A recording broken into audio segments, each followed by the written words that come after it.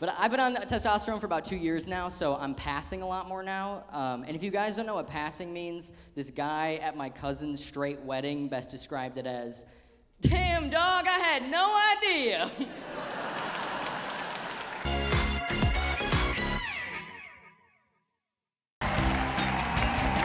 Hello! How we doing? All right. Oh, it's great to be here. My name's Nico. Tell you a little about myself. I'm a trans man, and I really like talking about it on stage because I feel like it's an experience people don't know a lot about, because there's not like a lot of representation. There's really only one super famous trans man right now. We'll say his name on 3 if you guys know him. 1, 2, Justin Bieber. Very good.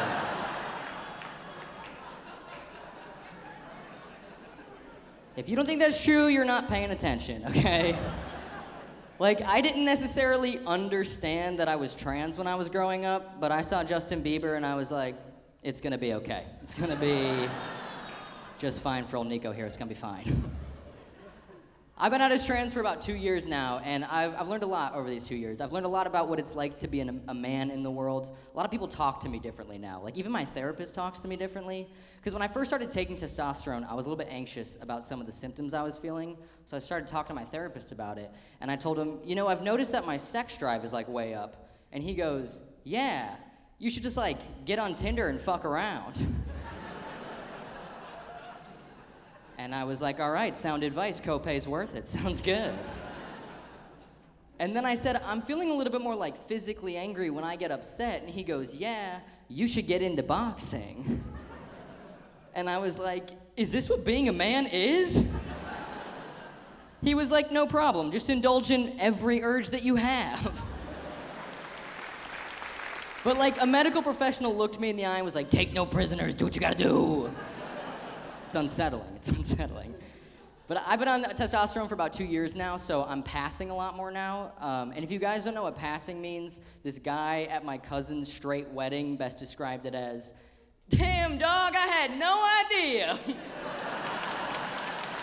That is awesome, brother, that is awesome. He was so excited he bought me drinks for the rest of the night. That is an ally, okay? What are you doing to help? It has changed so much. Passing is really interesting. It puts me in a lot of interesting situations now. Like, for example, every time I go to the gynecologist, I get a lot of weird looks to the gynecologist. And I understand, because I know I look like a teen boy in a coming-of-age comedy who looks like he's only at the gynecologist because he hatched a plan to see naked ladies. Like, I look like me and my buddy are gonna get back to the exam room, and he's be like, what do we do now? And I'll be like, I didn't think we'd get this far. Like, so I get it, getting a little side-eye in the waiting room, I get it. It is interesting, though. It changes the way I relate to, like, everybody in my life. Like, my dating relationships changed quite a bit. I've noticed that a lot of trans people, when you transition, your dating life changes a lot. Like, for me, I used to identify as a lesbian, so I mostly dated other lesbians. But then when I came out as trans, I was like, oh, I wonder if they don't want to date me anymore because I'm a man. And I know that I'm a man because my attitude towards lesbians is the same as every straight guy I've ever met. Because I'm like, yeah, they probably still want to date me though, right?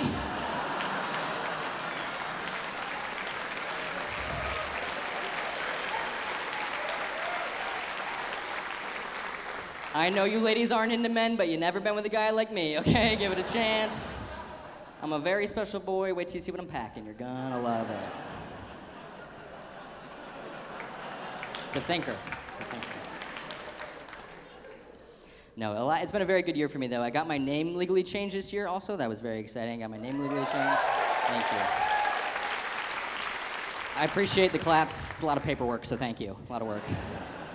But I got my name legally changed this year, so now all my documents and everything, they say Nico, male, 25. That's all great.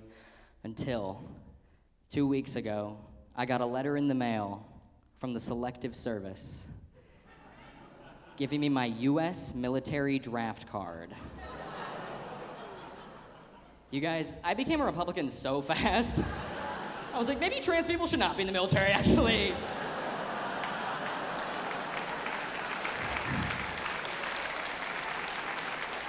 At least not this guy. I was caught so off guard. I was like, damn, most guys have like 18 years to prepare for this moment. I haven't even punched a wall yet. I don't think I'm ready for the service.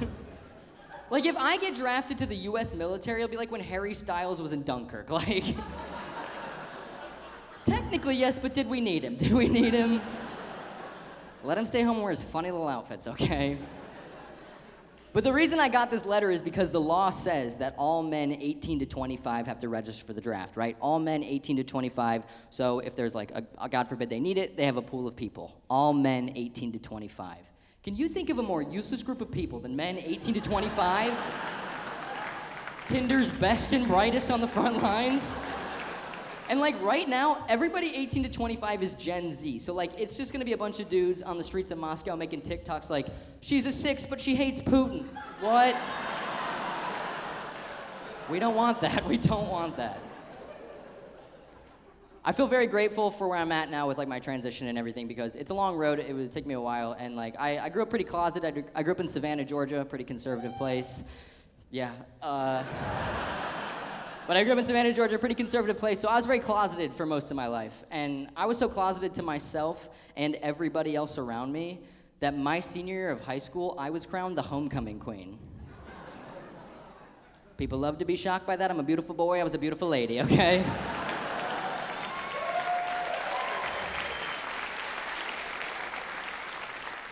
But I do love telling people that who like didn't know me in high school and only know me now, because they're always like, how did this little fella?